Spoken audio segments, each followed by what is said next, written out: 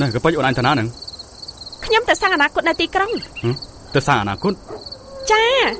បើខ្ញុំនៅជាមួយបងឯងខ្ញុំច្បាស់ជាកំហក់ឆ្លក់ទឹកស្រែងងើបមកមិនរួចទេណែឲ្យចុះរួចកូនរបស់យើងខ្ញុំផ្ញើទុកដល់បងឯងចាំគេផងទៅក៏ពេញកាលពីកំមុំកន្លោះណាបងខំរត់តាមអូនឯងចោលឪពុកម្ដាយបងតែឥឡូវខ្ញុំក៏រត់ចាប់ផ្ទះសម្បែងមកតាមបងឯងព្រោះនឹកស្មានថាមានអនាគតល្អដឹងអីមួយថ្ងៃនៅតែស្រែគ្មានរិស័យទេអូក៏ពេចបងសង្ស័យយូរហើយអញ្ចឹងហើយបានជាសក់អូនឯងនេះលៀបឡើងឲ្យក្រហមដូចជាពួកស្រីបារាំងអញ្ចឹងខ្ញុំមានលុយខ្ញុំធ្វើអីក៏បានដែរលៀបម៉ែលៀបកូនហើយណាក៏ពេចអូនទៅចោលកូនមែនណាចាខ្ញុំសូមប្រាប់បងឯងឲ្យហើយថាពីថ្ងៃនេះតទៅឈប់ហៅខ្ញុំថាកប៉ិចទៀតទៅខ្ញុំឈ្មោះរំដួលក៏ពេច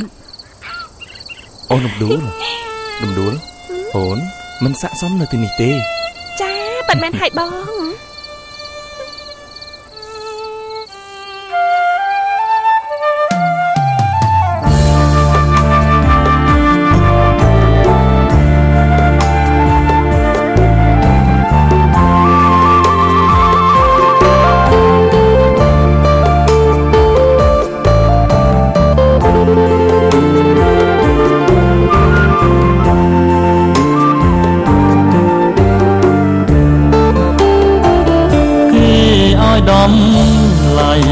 អ្នកម្ដាយមានគុណអូ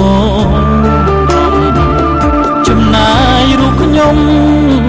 ពេលធំឃើញតាពុកម៉ែមានដីថ្មីលើវិមានលុយឡានសានសុខកូនរួមជាមួយនឹងពុកឯស្រុកជនបទក្រីក្រពុក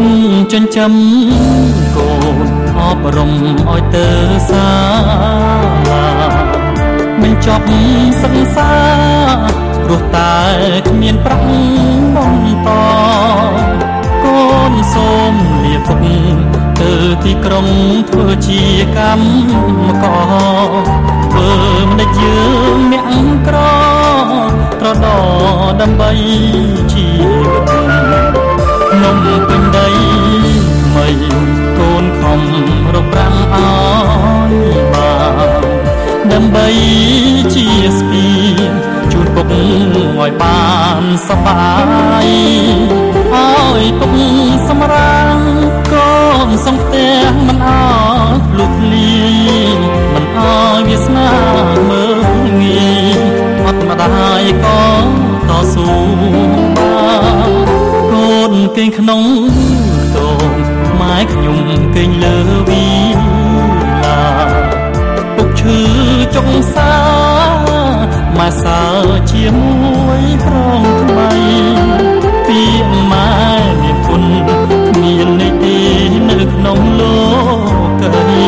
កូនរួងគ្មានម្ដាយថ្នមបីពុកថ្លៃ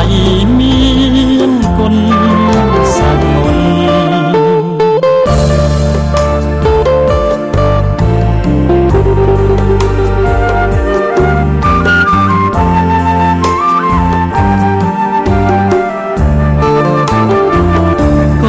គេងក្នុង